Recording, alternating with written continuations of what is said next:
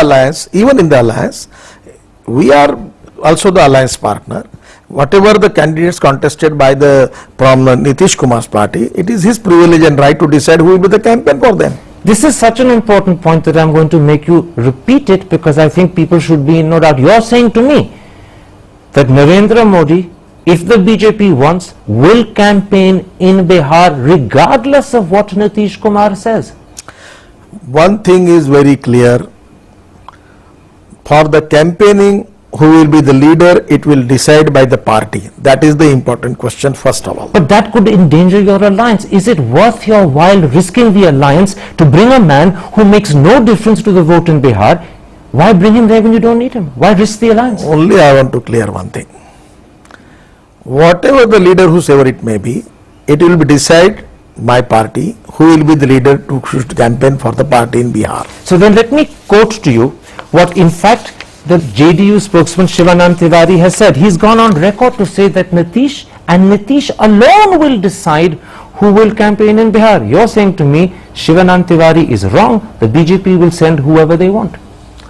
After that, many other statements also issued by JDU, and now the problem is closed, now the problem is finished, now there is no problem in Bihar, now alliance is going on, we have got good relation, no problem is there. You don't think Anand Kumar's statement today in Gujarat is going to reopen the problem for you? No. You're sure of that? Yes. He's gone on record to say that he's gone to Gujarat. He says, I have come here to request Modi to campaign in Bihar. It is not made, we are not ready, it is not essential for the party to make request to anybody. Whatever the party decision taken for person leader, he belongs to BJP for campaigning, at the same he will obey the party. My last question on this subject, is this practical politics or is this emotion, prestige and pride? Are you not, for the sake of pride, endangering an alliance that's critical to you? One thing is very clear, that we are a democratic party. Whatever decision related with our party, this is our right and privilege to decide about it.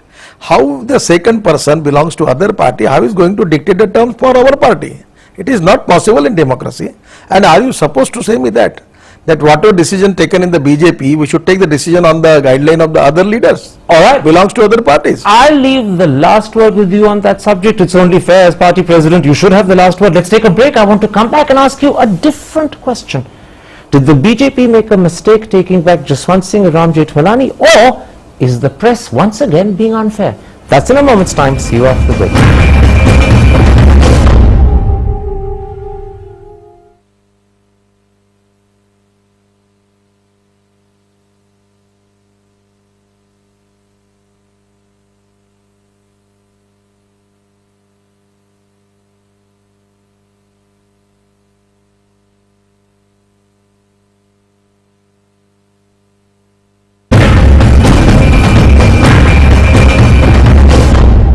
Welcome back to Devil's Advocate and an interview with the President of the Bharatiya Janata Party, Nitin Gadkari. Mr. Gadkari, in the last 1 month, Ram Jethmalani and Jaswant Singh have been taken back by the BJP. Now there's talk you could even take back Uma Bharti. Is this a sign of desperation, or is the party changing its core beliefs and principles? To add the people in the party is going to strengthen the party. How? These are people who opposed your party on practically everything. Many times these things are happening even in your personal life, in your social life, in the political life.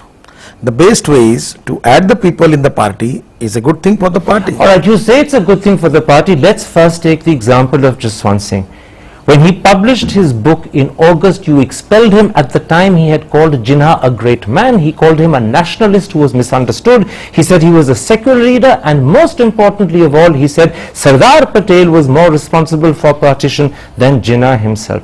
To this day, Jaswant Singh has not changed his view. In fact, publicly he said, I do not disown what I've written, I stand by it.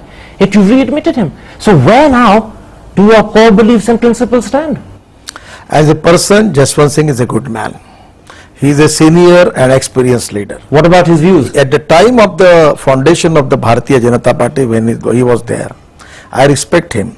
Apart from his book, I don't do concern so much about his book, but he is loyal to the ideology of the BJP. But how can he be? You believe Sardar Patel is an icon. You No, believe that he was that all against issues are partition. closed. These are the old issues now. But they're not old. He hasn't changed his mind. He says, my views remain the same. How can I disown what I have written myself?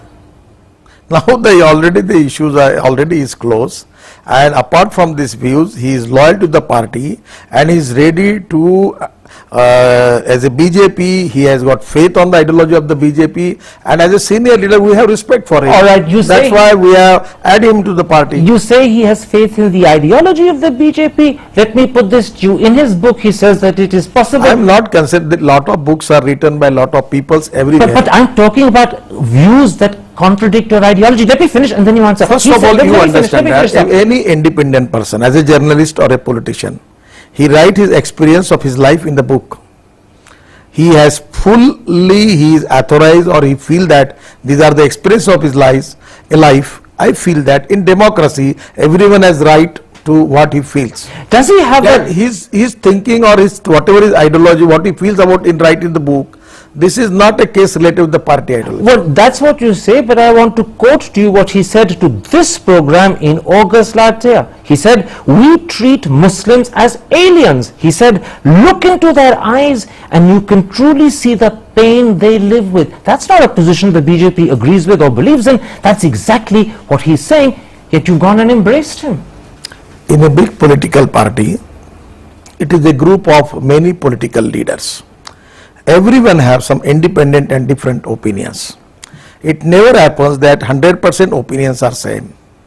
There may be some opinion, Jaswant Singh he may have. I am not agree with him also. But at the larger interest, as far as BJP is concerned, I feel that he is loyal to the party, he is a respectable leader, and that's why I approached to him, and I am very much thankful to him that now he is also ready to work for the party, and it's a good addition. Now the new history has started, old parties closed. But you said a very important thing. There are still issues on which you disagree with him, but in the larger interest of the party, you are prepared to overlook those differences. They exist, but you're overlooking them. That's what you said. Is that right? I will tell you one thing. In many cases, even we discuss with even my close friend or close colleague, he may have some different opinion related with my opinion, and it is a naturally happening in many cases. Okay, let's leave Jaswant Singh aside. Let's then come to Ram Jethmalani. This is a man in 2004 who publicly cast aspersions on the moral integrity of Atal Bihari Vajpayee. He ridiculed Atal Bihari Vajpayee's mental balance. He went public. But with ridicule. already he cleared the things. Do you know that? No, he hasn't. He cleared the I have things. to challenge you on Now that. before coming to the BJP, he has already cleared the things. How did and he clear them? How did he expressed- clear them? How did he clear them? Huh? How did he clear them?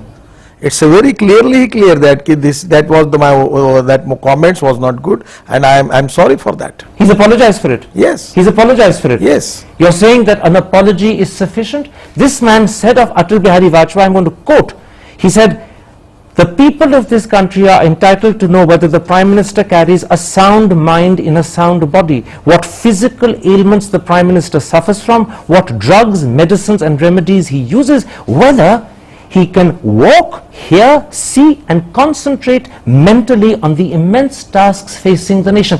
Do you really think that because he says sorry, that's forgotten and forgiven? Already Ram Jethmalani has cleared the things. Whatever the comments which was passed by him in past, he has very clearly indicates that his whatever the comments which he has passed, he is making that was not correct, and making, as far as Atalji's comment is concerned, he clear his stand. I want